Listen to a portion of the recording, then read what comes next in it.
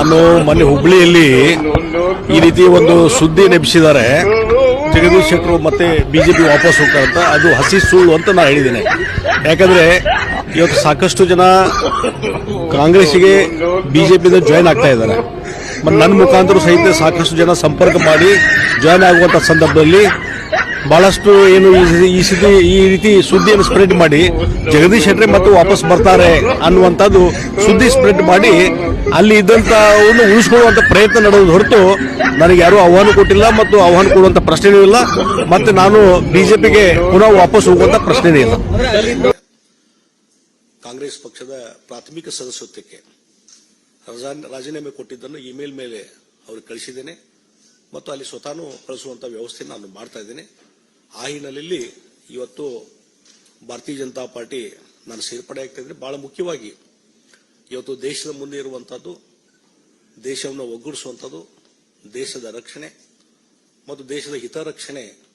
ಈ ಹಿನ್ನೆಲೆಯಲ್ಲಿ ಕಳೆದ 10 ವರ್ಷದಿಂದ ನಮ್ಮ ದೇಶದ ಪ್ರಧಾನಮಂತ್ರಿ ನರೇಂದ್ರ ಮೋದಿಜಿಯವರು ಏನು ಭಾರತದ ಒಂದು ಪ್ರಗತಿಗೆ, ಇಡೀ ಜಗತ್ತಿನಲ್ಲಿ ಭಾರತದ ಒಂದು ಶಕ್ತಿ ವೃದ್ಧಿಸಲಿಕ್ಕೆ ಏನು ಕೆಲಸ ಮಾಡಿದ್ದಾರೆ, ಅವರು ಮತ್ತೊಮ್ಮೆ ಪ್ರಧಾನಮಂತ್ರಿಗಳಾಗಬೇಕು, ಮತ್ತೊಮ್ಮೆ ಅವರ ನಾಯಕತ್ವದಲ್ಲಿ ದೇಶದಲ್ಲಿ ಒಂದು ಹೆಚ್ಚಿನ ಶಕ್ತಿ ಬರಬೇಕು ಅನ್ನುವಂತ ಹಿನ್ನೆಲೆ ಇಟ್ಟುಕೊಂಡು ಮತ್ತು ಭಾರತೀಯ ಜನತಾ ಪಾರ್ಟಿ ಇನ್ನೂ ಹೆಚ್ಚು ಶಕ್ತಿಯುತವಾಗಿ ಬೆಳಿಬೇಕು ಅನ್ನುವಂತ ವಿಷಯ ಇಟ್ಟುಕೊಂಡು ಇವತ್ತು ಭಾರತೀಯ ಜನತಾ ಪಾರ್ಟಿಗೆ ನಾನು ಮರು ಸೇರ್ಪಡೆ ಆಗ್ತಾ ಇದ್ದೇನೆ.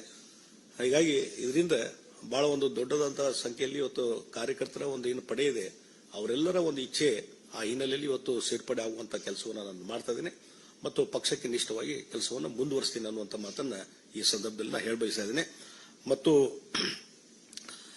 Regarding I am rejoining the Bharatiya Janata Party and Bharatiya Janata Party earlier has given lot of responsibility on me, and because of some other issues I went to the National Congress Party.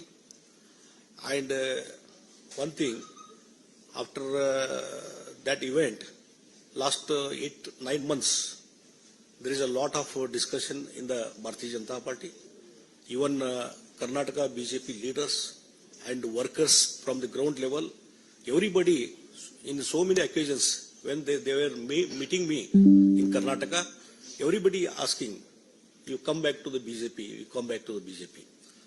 And for that purpose, I also responded, and even our leader, Manya Yediyurappa-ji, and State President Vijayendra-ji, and our national leaders, everybody, they wanted to come back BJP, and accordingly, our workers feeling, I am rejoining the BJP. And another important thing, under the leadership of Narendra Modi ji,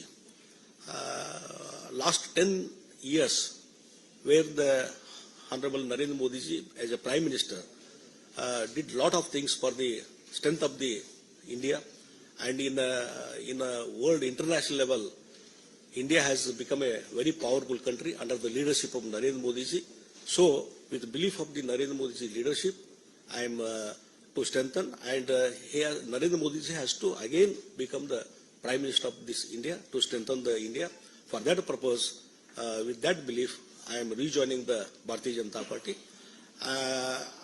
ಮತ್ತೊಂದು ವಿಚಾರವನ್ನು, ಈಗ ನಾನು ಹಿಂದೆ ಕಾಂಗ್ರೆಸ್ ಪಾರ್ಟಿಗೆ join ಆದಂಥ ಸಂದರ್ಭದಲ್ಲಿ ಅವರು ಸಹಿತ ಬಹಳ ಒಳ್ಳೆ ರೀತಿಯಿಂದ ಇವತ್ತು ನನಗೊಂದು ಗೌರವ ಸ್ಥಾನಮಾನ ಕೊಟ್ಟು ಅವರು ಒಳ್ಳೆ ರೀತಿಯಿಂದ ನಡ್ಕೊಂಡಿದ್ದಾರೆ.